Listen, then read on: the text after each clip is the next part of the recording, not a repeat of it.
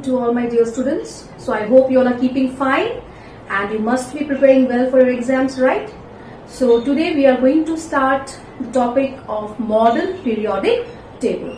And today in this video I will be giving you a brief introduction, just a general idea about this modern periodic table.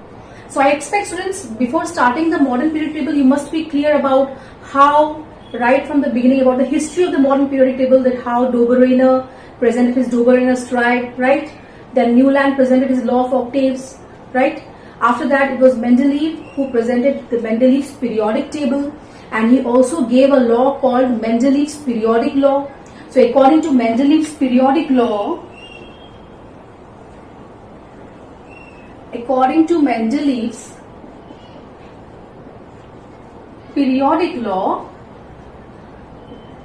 the physical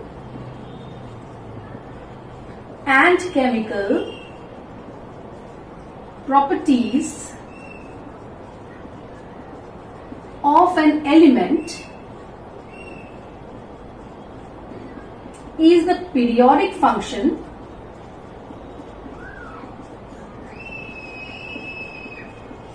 of its atomic mass, right? So this was the Mendeleev's periodic law. That means according to Mendeleev, the physical, and that means if you arrange the elements in the increasing order of atomic mass, okay? If you arrange the elements in the increasing order of atomic mass, then the physical and chemical properties of that particular of elements will repeat after a fixed interval. Newland also said the same thing, but then he said that at every 8 elements, starting from the first element, beyond 7 elements, every 8th element will show the same property like the first element, right? And Mendeleev, but unlike this Newland, Mendeleev proposed that after a fixed interval, the elements will show repetition in the physical and chemical properties, or there will be what? A periodicity. There is a periodicity. That means the properties repeat or gradually increase or decrease after a fixed interval, right? So you have already learned about this Mendeleev's periodic table, right? And it had a lot of demerits also apart from the various merits. But Mendeleev's periodic table is one of the greatest achievements in the classification of elements. We cannot deny that fact, right? That's why Mendeleev is also called as what? The father of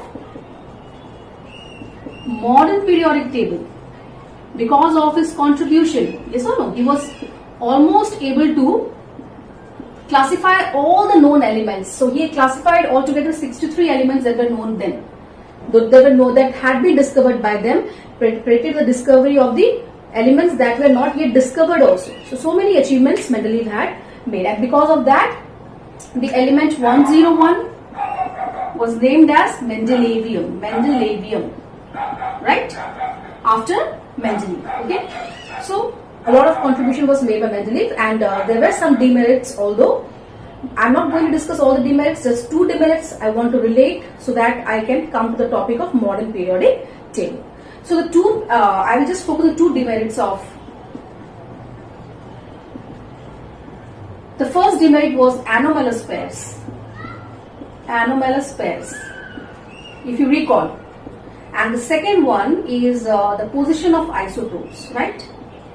The position of isotopes. So by anomalous pairs we mean the pairing of cobalt, the placement of cobalt before nickel, or the placement of argon before potassium, because Mendeleev's periodic table was based on atomic mass, right? But then he himself put cobalt before nickel, which had a greater atomic mass than nickel, but he placed it because he wanted to keep the elements having the same properties in one similar group. So for doing that, what he did, he placed cobalt, which had a higher atomic mass than nickel, before cobalt, and he placed argon, which had a greater atomic mass than potassium, before potassium. So he himself did not follow his law properly, right? And secondly, the position of isotopes. So we know that isotopes are what? They are the atoms of the same element which have same atomic number but different mass number. So according to Mendeleev's periodic law, Mendeleev should have given different places for the isotopes, because isotopes have different atomic masses.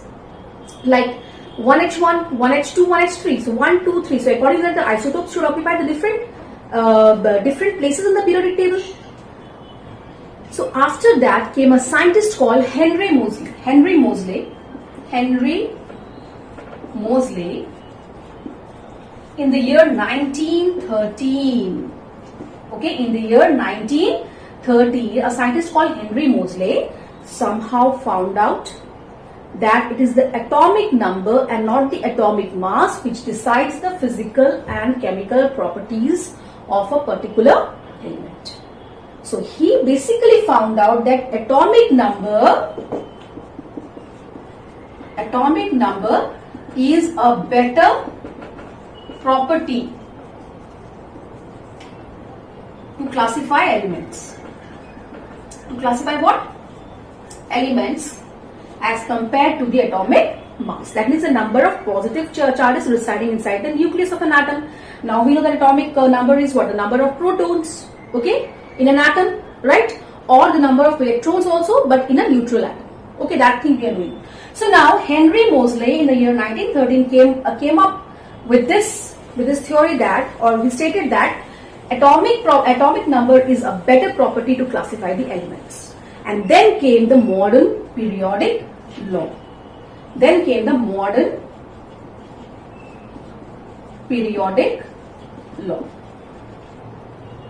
Okay, after Mendeleev's periodic law. So the same thing is there, but then is the periodic function of its atomic number. Only this mass has been changed to atomic number in the modern periodic law. So the modern periodic law states that the physical and chemical properties of an element is a periodic function of what? Its atomic number. Not the atomic mass, but the atomic number. That means according to the modern periodic law, elements are arranged according to the increasing atomic number. Unlike the increasing atomic mass, as starting from we can say Dobereiner, Newland, Mendeleev, Lothar Meyer, also one more scientist is there. Okay, so Mendeleev was the first to publish his journal. That means first to publish his periodic table. But Lothar Meyer was also working independently on this periodic table. Okay, so he has also contributed a lot in this field, right? So all the scientists prior to Henry Moseley what they were doing, they had one thing in common. They were classifying the elements based on the increasing atomic mass. But it was Henry Moseley who proposed for the first time that elements should be classified based on the increasing atomic number rather than classifying them based on the increasing atomic mass. Okay, so then came the modern periodic law, so which stated that the physical and chemical properties of an element is a periodic function of its atomic number. Okay, this just one word we are going to change, that is what in place of atomic mass, in place of mass we are going to write the atomic number, right? So according to this law, so what happens here? Now elements are arranged what? So if we arrange elements in the increasing order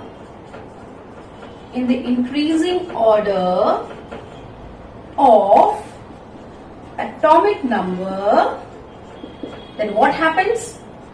The physical and chemical properties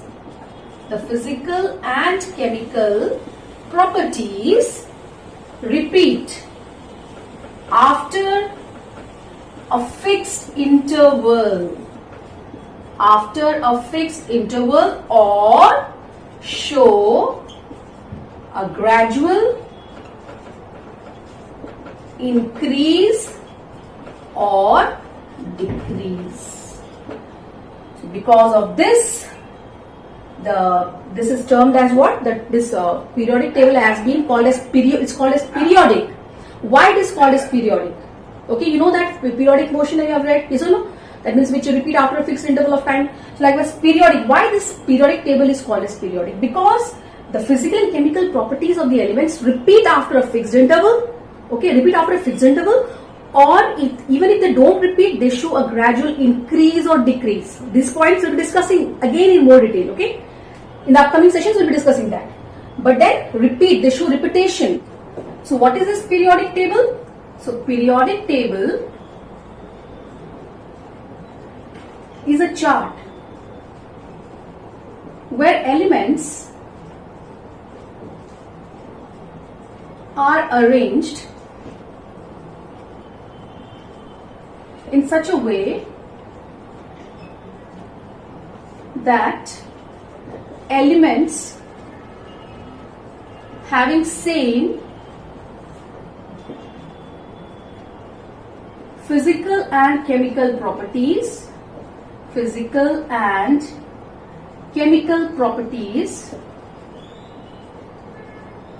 fall in the same group. By group I mean the vertical column. Okay, right? And this modern periodic table, this is the definition of periodic table, the chart where we are arranging elements in the increasing order of atomic number in such a way that elements which have the same physical and chemical properties will fall in the same vertical column, isn't it? And it's periodic because the properties repeat after a fixed interval or show a gradual increase or decrease, and it is tabular because the elements are arranged in a tabular form, which is easy to understand, right? So that is the basis of the modern periodic table. And now let's come back to Mendeleev's demerits that we had discussed, that about the anomalous pairs. So now because of this Henry Moseley, yes or no, because of his findings, the Mendeleev's anomalous pairs were justified. Now also cobalt is placed before nickel and argon is placed before potassium, right? So the atomic number of cobalt is 27 and the atomic number of nickel is 28, right? The atomic number of argon is 18 and the atomic number of potassium is 19. So that way the position of these anomalous pairs is also justified and the position of isotopes is justified, right? Because isotopes have the same atomic number, so there is no need for a separate place for the isotopes in the periodic table. Clear? So students, now let us understand briefly, I am going to give a brief introduction about the modern periodic table. Okay? The first thing about the modern periodic table is that it has 18 vertical columns which are known as groups, and it has 7 horizontal rows which are called as the periods. Okay, that means when you see the periodic table, okay, there are 18 vertical columns. There are 18 divisions in the vertical columns. 18 divisions of vertical divisions are there, and 7 horizontal rows. That means we have total 18 vertical columns and 7 horizontal rows. So previously they were named according to the Roman numeral. That means this vertical columns. But nowadays they are numbered from 1 to 18. Okay, 1 to 18. There is 1, 2, 3, 4, 5, 6, 7, 8 like that. And the periods are numbered from 1 to 7. So that it makes it more easy and convenient, right? So now let us just have a rough look. I'm just going to show you roughly how a modern periodic table looks like, right? So students, as you can see here, I have just drawn the 4 horizontal, that is 3 divisions I have made, just to, it will be convenient, it will take less time to show. So we know you have learned the elements starting from hydrogen up to calcium. You have been asked to learn it by heart, serial order, right? So the first element in the periodic table is hydrogen, that all of you are knowing, right? The second element is the helium. Okay, hydrogen, then comes your helium. So after helium, the third, the atomic number 3, that is lithium. Then atomic number 4, beryllium, right? Then from here we will start. Clear? Then you have the boron, carbon, nitrogen, oxygen, fluorine, and then neon. Then comes your sodium, magnesium. Okay, I'll just explain you now. Sodium, magnesium. Then you have aluminium, right? Then for silicon. Then you have phosphorus. Then you have sulfur. Then chlorine. Then argon. Then here you are having potassium, calcium. So up to this atomic numbers you have already learned and you are supposed to learn. But roughly we will see some other things also, some other aspects also we are going to see. So students, just see here. So this is one group. This is another group. Clear? And these are also groups, vertical columns you can see. Here also you are having vertical columns, right? I'm just going to divide it fast.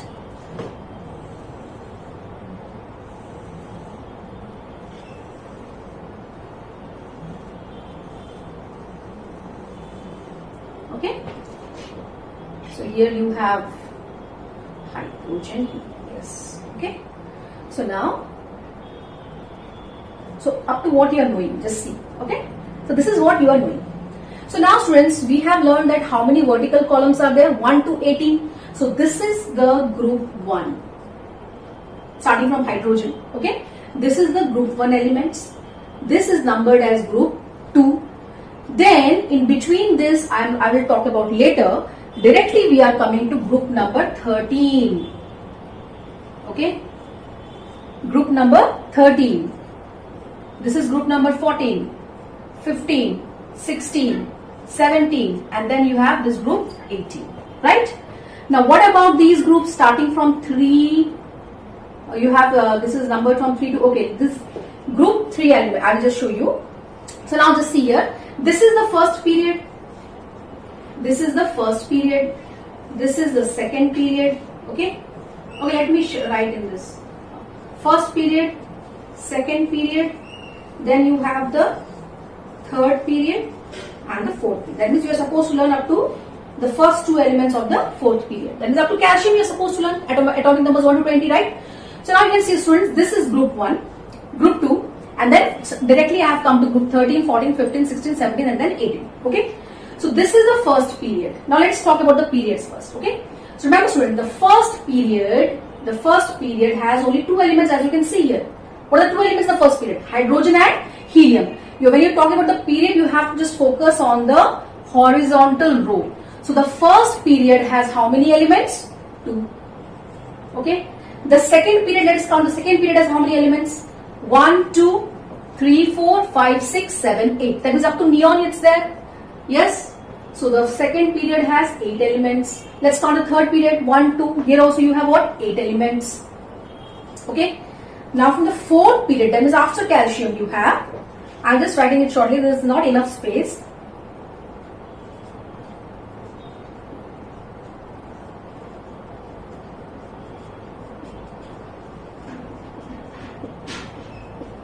So how many elements I have written here? 1, 2, 3, 4, 5, 6, 7, 8, 9, 10. Right? 10.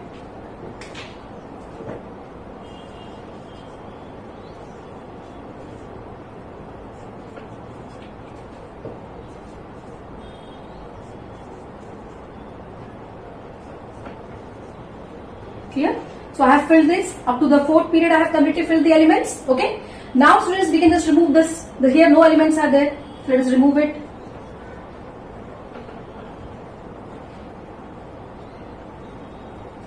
Just for your understanding, just how to understand the periodic table, right? You have to at least go through this properly. So this is group 1, group 2. Now these are also divided. These are having their separate groups, right? Also placed in the separate groups. So 1, 2, 3, 4, 5, 6, 7, 8, 9, 10, 11, 12. Then comes 13, 14, 15, 16, 17, 18.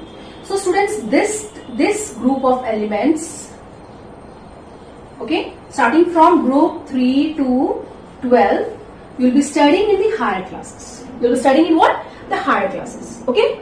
Just remember, now you have to understand group 1, group 2 and from 13 to 18. Right? So just a general idea you've got now. Now just look at this. See, first 2, second and third 8, 8. 4th and 5th have 18 elements and 6th and 7th have what? 32 elements each, but the 7th period is also the incomplete period because new elements will be added, are being added. So 7th period is the incomplete period. So one thing you should understand now, as far as the period is concerned, there are 7 periods. The first period has 2 elements, the second period has 8 elements, third has 8, fourth has 18, likewise 5th also has 18 elements, 6th and 7th have 32 elements each, but 7th is the incomplete period. This idea should be very, very clear. Okay. Now, one more thing students, if a question is asked to you, which is the shortest period? Period 1 is the shortest period because it is composed of 2 elements, right? Which is the longest period? So the longest periods are the periods 6th and 7th. because they have 32 elements, but seventh period is incomplete, but still the longest period is the 6th and the 7th period, right? And these two are, second and third are called as what? Short periods, because they have what? They are called as short periods because they have 8 elements each, and 4th and 5th are called as long periods because they have 18 elements each, right? Now let us understand about the groups. Okay. Now let us look at, after looking at the periods, now let us look at the groups. So as I told you, the groups are numbered like this: 1, 2. So this is the divisions again. Okay, these 3 I have kept together because now in the Roman numeral also I am going to name it. Just see it. This is named as 1A. Then comes 2A, right? 1A, 2A. Then directly to 13 you will come. That is 3A, 4A, 5A, 6A, 7A, right? 7A. Okay. Now starting from here you will name. This is the first one will be this. The first one, the group 3 is called as 3B. This is called as 4th B, 5th B, 6th B, 7th B. And this 8, 9, 10 together are grouped under group 8. Okay. And this is 1B and this is 2B. So this is just the general ideas students you should have about the periodic table, right? So this periodic table is up to this much. I have not written all the names, so we'll be writing it. Okay. So now these are the, so now these separate group. Now this is also having divisions, right? So this group of elements, okay, you'll be studying in your higher class. Clear? So now students, let us understand the groups also somehow. Okay, let's get enough idea about the groups. So this is the group 1 I told you. So group 1 and group 2. These two are together called as the S block elements. Group 1 and group 2 elements are together, they come under what? S block. From group 13 to group 18 come under what? P block elements. Now what about this? From group number 3 to 12, they come under D block. They come under what? They are called as what? D block elements. And just see here, in the group 3 of the 6th period, in the group 3 of the 6th period, you have the lanthanide series and the actinide series. So here you have elements starting from, that means in the lanthanide series, right? You have atomic numbers from 57 to 71, and in the actinide series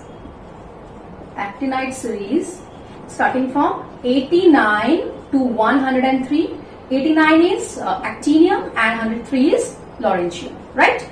So this is from lanthanide to lutetium, and this is from actinium to lawrencium. Okay, so remember one thing: in a group 3 of the 6th period, you have 6th period group 3, you have the lanthanide series. So together, including lanthanum, there are 15 elements in this. Including lanthanum, there are 15 elements, and including actinium, there are 15 elements here.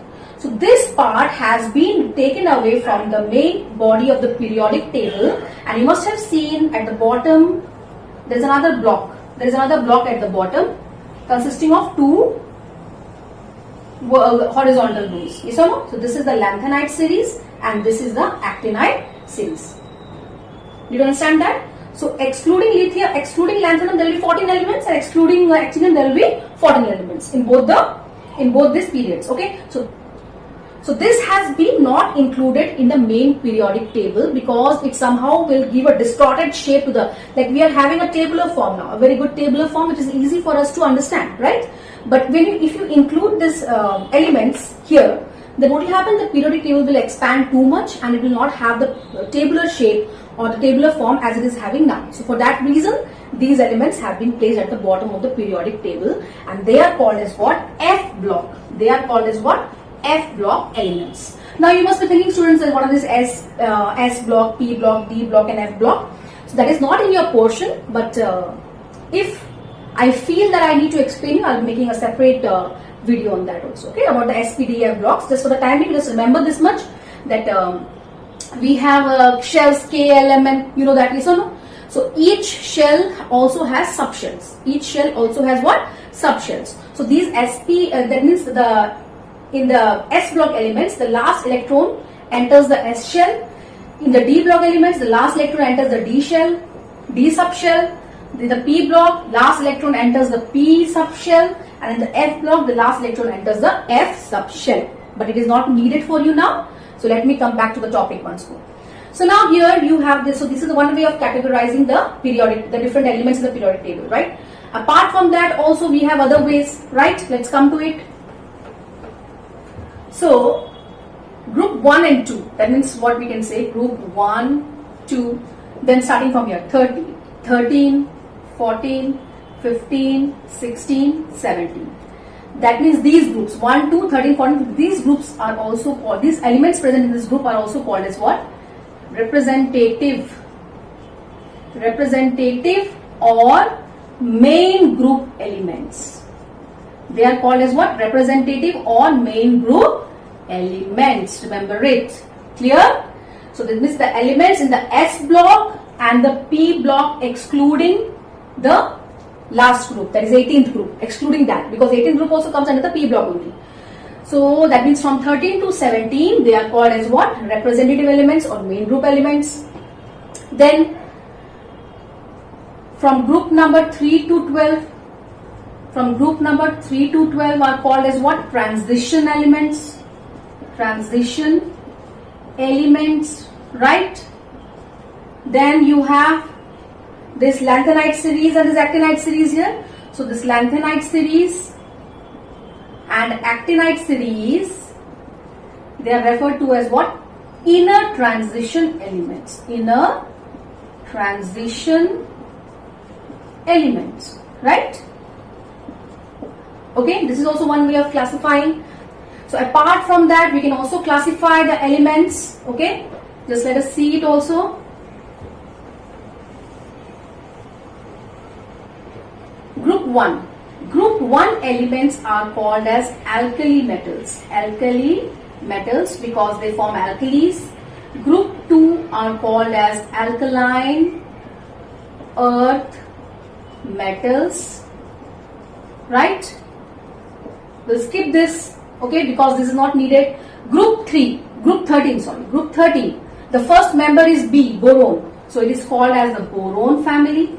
Okay? It is called as what? The boron family. What about group 14? The first member is C, carbon. It's called as the carbon family. Right? Then comes in the group 15, nitrogen family. Nitrogen family. Group 16, the first member is oxygen. So it is called as the oxygen family. Or the other name is also there, that is the chalcogens. Chalcogens, right? Then in the group 17, you have the fluorine. So that is, they are called as halogens. They are all these fluorine, fluorine, bromine. They are called as what? Halogens. Okay. And group 18 is referred to as the group of noble gases because they are unreactive. You know, they have their outermost shell complete. Noble gases, or they are also named as inert gases, or they are also called as zero group elements. Zero group. Because their valency is what? They are non-reactive, so their valency is what? Zero. Because valency is the combining capacity and they don't want to combine. So they are also referred to as zero group elements. And students, I would really appreciate if you learn the groups, the various groups like group 1, 2 and from group number 13 to 18, the elements, if you are able to learn by heart, you are able to memorize, that will be very, very nice for you because it will really help you to solve various questions. And in the internet, it is available. So many mnemonics are available, yes or no? So many short forms, funny forms that makes it easy for us to remember the elements in the periodic table, right? Like one I would like to share with you. That is Helena ki, yes or no, this is the group 1. Helena ki rab se faryad. That means Helena, hydrogen, lithium, sodium, ki, potassium, rub, rubidium, se, cesium, and Fr is francium. So that makes it very, very easy. Yes? Like one more popular mnemonic is there. From group 13, I would like to tell you.